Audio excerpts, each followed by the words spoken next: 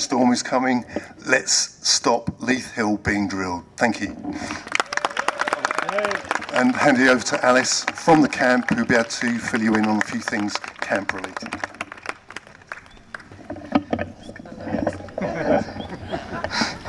Hello, I'm Alice, I'm from the camp, and I'm just going to talk really briefly before the storm hits about why I'm there, what the camp's doing, and also what you can do. So I think we all know that there's a climate crisis happening at the moment. We're aware of the extreme weather that's happening around the world and the impact that that's having on people's lives, and just global political stability as well. And we all know that some large effort that's going to involve everybody is going to be needed to fix this problem. But instead, we seem to, as a country, be going in the completely wrong direction of chasing more harder to get fossil fuels, using techniques like fracking and like acidization. And it seems like our leaders are willing to sacrifice our countryside for this kind of reckless, complacent strategy of business as usual. So really, that's why I'm here. A year ago, or 6 months ago, I was in London working in IT, worrying about these things, and I decided to just follow my heart and take some action to try and have a world that's got some hope in the future. So I think we all want a world where there's an optimistic future, where there's something good waiting for our children and our friends' children. And if we feel that, and if we actually believe it, then we need to take action to back that up. And that's going to be different for different people, but we need to sort of step out of our comfort zone and do something about it. Indeed.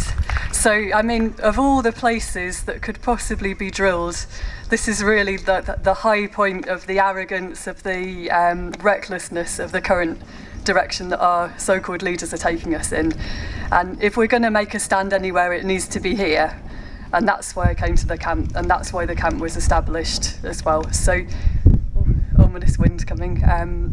The camp was set up in October last year, and it was set up because people were starting to see or foresee the end of the long legal battle which has been fought so valiantly, which so many of you have put your heart and soul into, and which has slowed down what's coming by years and years and years.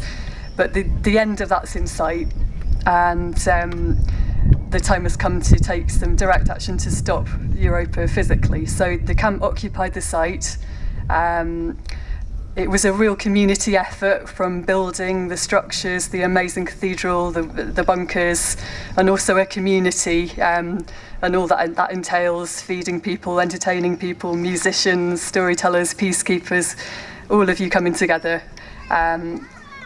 As you know, the camp was evicted in June, but we are resilient as a movement because we're doing this from our heart and soul, because we're trying to defend something we love.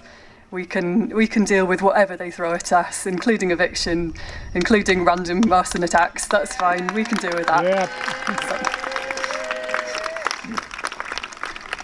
So the eviction took 2 days. We gave them all the trouble we possibly could, and that raised some media awareness. The camp is now over the road, and we have the same jobs as before, which is to protect the land and to raise people's awareness about what's happening here. And we're going to continue doing that. It's your camp. Everybody's welcome. If there's an event you'd like to run there, if you've got a skill or passion, please come along, please talk to us, and let's get more people in, let's get more people knowledgeable about what's happening and prepared for what's going to happen. So, like I said, the legal process, the planning process is kind of coming to an end. The remaining blockades for Europa legally are the traffic management plan, which hasn't been passed yet, and some other permits. But potentially it could be later this year, even in a month's time, that some of these start to be passed. So we need to prepare.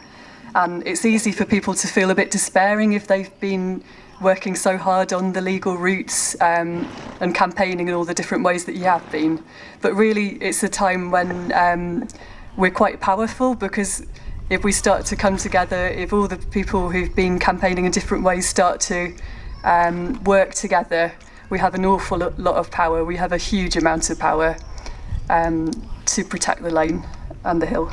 So to protect it, we need the whole community. We need every single person helping in whatever way they feel comfortable with, whether that's actually direct action, a blockade, whether that's supporting the blockade. And just to close, I think we all want a world where there's hope for the future. And yeah, if we say this, if we mean it, we need to step up. And so I'm saying no to Europa destroying this area that's so beautiful, such a sacred place that people come to find peace and to connect with nature.